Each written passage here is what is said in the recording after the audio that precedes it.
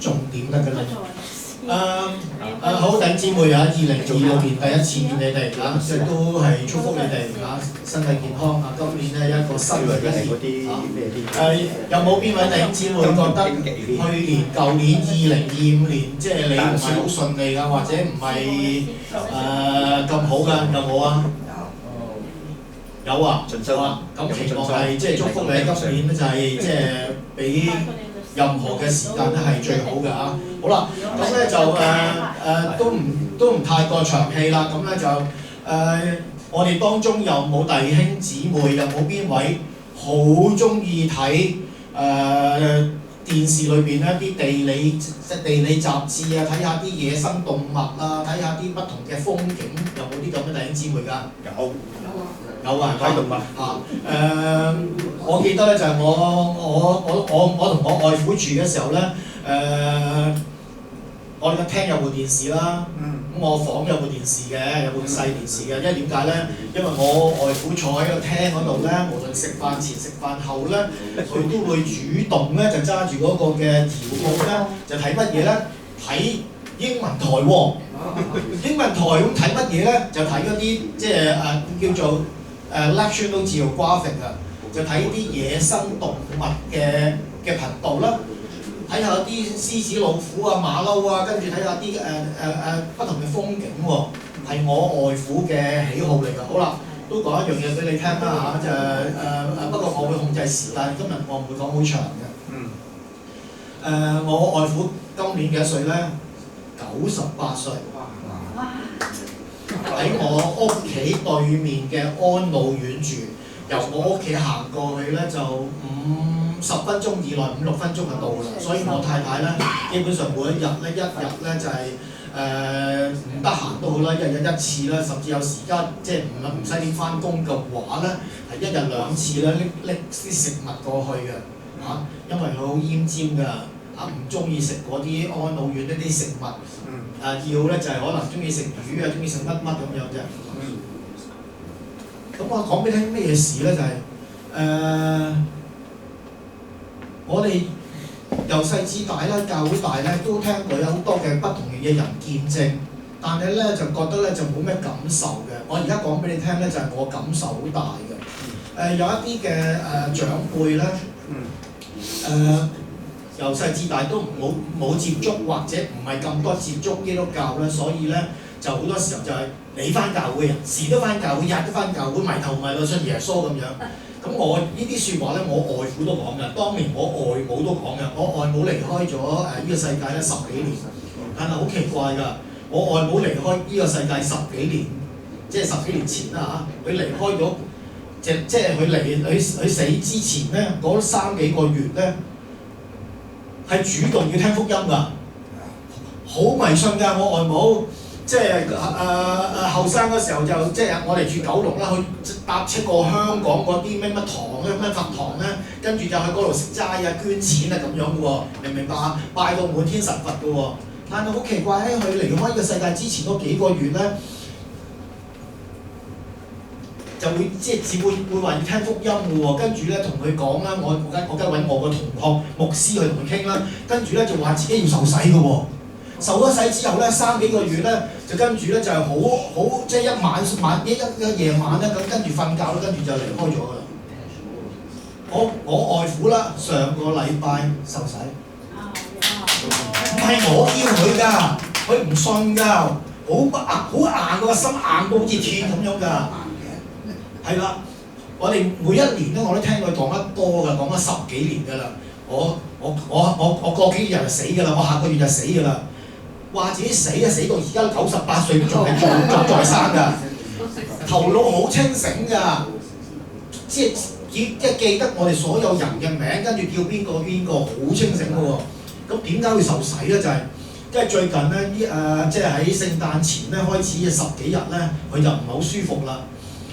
佢感覺到自己真係好似好快脆去喎，跟住因為時肚痛啊，跟住又唔舒服啊，點樣喎？好啦，跟住有一日咧，好奇怪，直情突然間自己講就話我要信耶穌啊，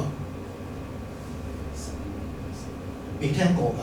咁跟住你話啊嘛，跟住咧就我又梗係揾我嘅同學嘅牧師去啦。咁跟住佢話要受洗喎，受完洗即係當然係即係點水禮啦，因為梗係唔會浸落個水啦。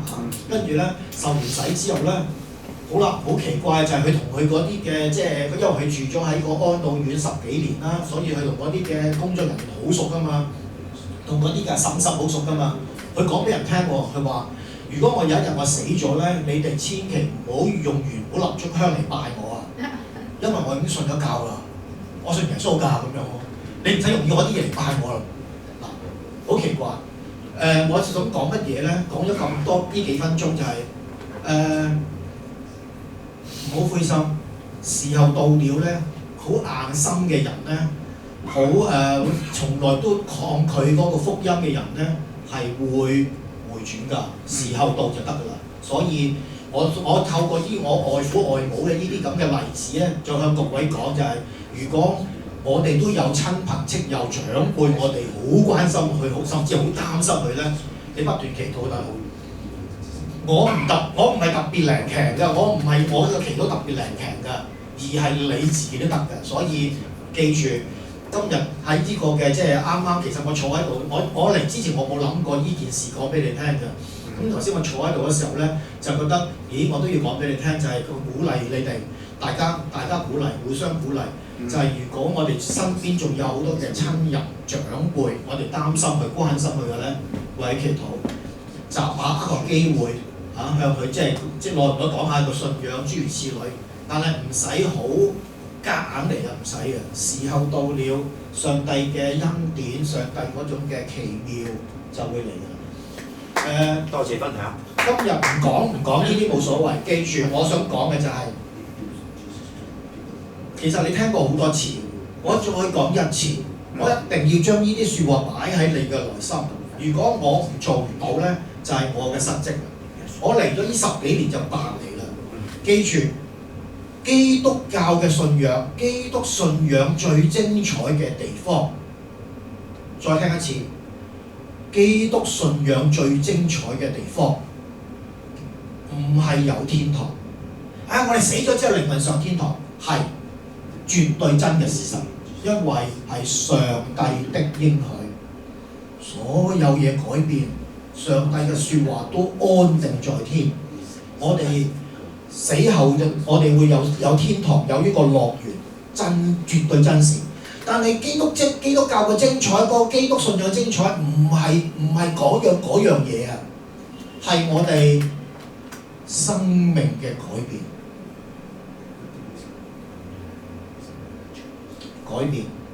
即係話我哋未信之前，我哋可能好多好壞嘅習慣，我哋可能喺各樣嘅即係事情上邊都得罪上帝，我哋做一個即係好任意妄為嘅人。其實我都冇乜大罪㗎，不過總之我哋可能自私自利，我哋唔愛人，唔識得愛護所有嘅呢個嘅宇宙萬物，跟住同人哋嘅關係咧好自私自利嘅，國家自掃就門前雪，唔理其他人嘅。自我中心嘅，物質化嘅，我哋淨係揾錢嘅啫，諸如此類享受啫。呢啲當我哋信咗之後，改變成為點樣啊？個目標就係做翻一個上帝原初設計嘅人。改變就係基督信仰裏邊最重要、最精彩嘅地方。第一，改變。咁點樣衡量我改變咗幾多啊？我點樣衡量自己改變幾多啊？係咪好熟靈，日日都祈禱啊？跟住日日都喺教會，跟住就係即係讀經祈禱就得啊？唔係，呢個都係可以衡量，但係最重要嘅衡量係點樣啊？衡量自己改變咗幾多，有一個準則，我教你嘅。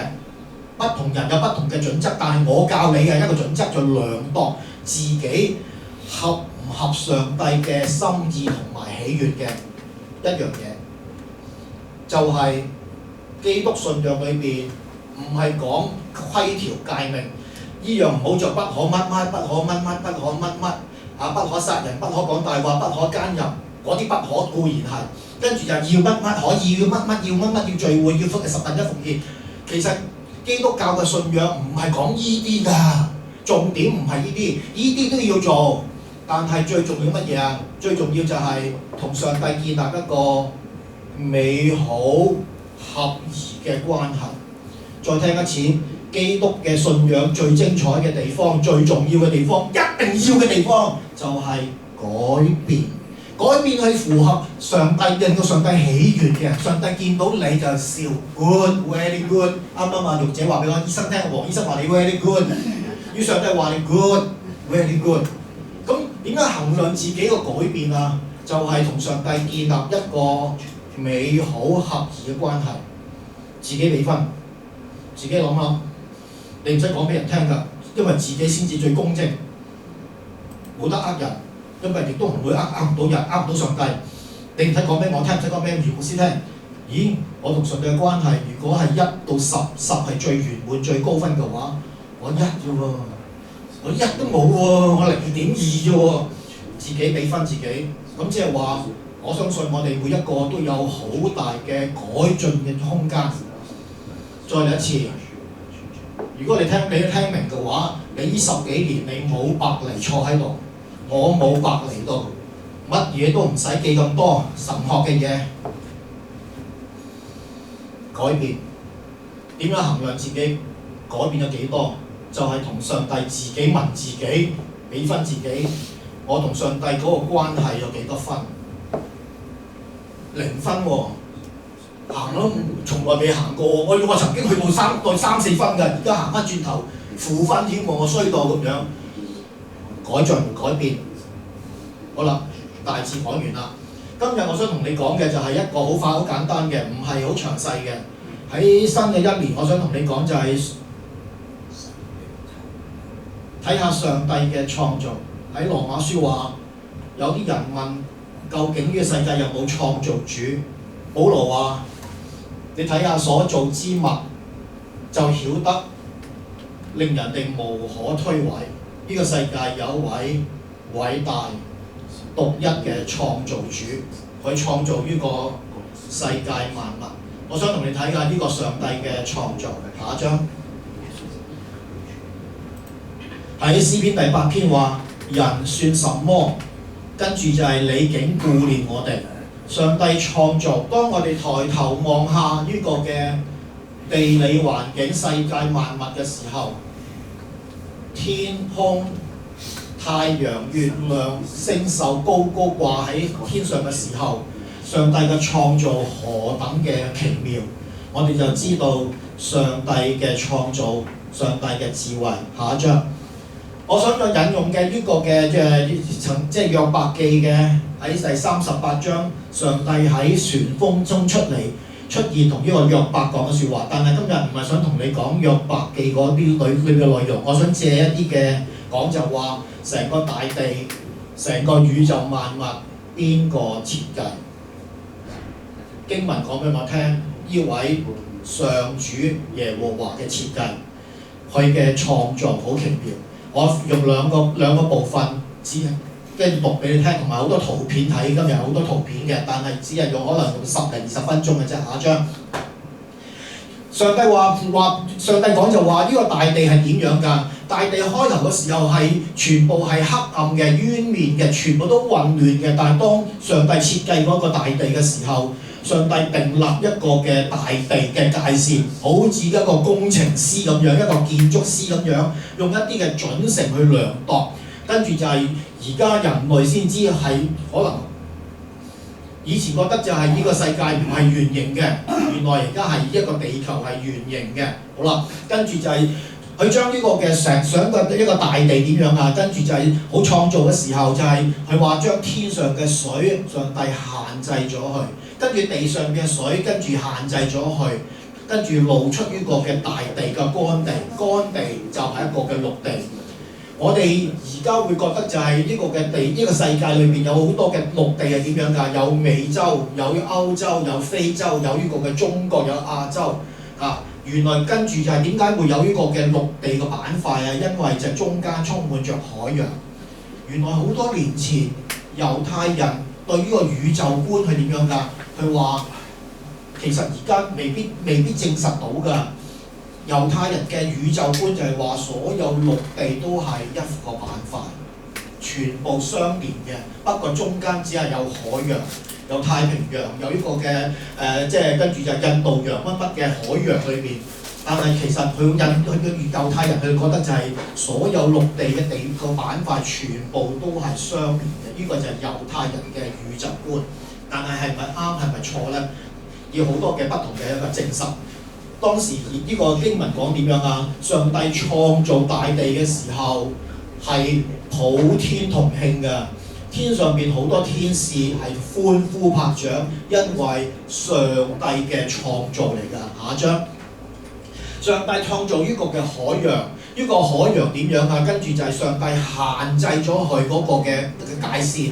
點解？因為如果太多嘅海水嘅時候，就冇陸地俾人類居住，亦都就係可能即係太多水嘅時候咧，亦都會泛濫諸如此類。上帝控制咗呢個嘅海洋，上帝嘅設計。下章跟住就係上帝創立咗一啲嘅晨光嘅軌跡。點解太陽由東邊每一天升起，由西邊咁落？每一日好似翻工咁喎，個太陽從來都唔會偷懶，從來都係咁樣，唔會調翻轉頭由南邊升起，跟住由北邊落咁樣，永遠都唔會。呢個軌跡邊個負責㗎？係上帝，上帝創造嘅。下一章，跟住我哋要睇到就係同樣有光同埋暗，跟住有死亡有陰間，我哋人類諗都冇諗過嘅。但係上帝喺創造嘅時候就已經設立咗啦。再下一章，而家講緊嘅全部都係一啲嘅物質。下一章啦，有雪同埋冰雹。冰雹原來係武器嚟嘅喎。落雪好簡單，原來喺嗰個嘅出埃及記裏邊10災裏邊，其中一個災害就係冰雹嘅災害。跟住冰雹原來係上帝嘅工具。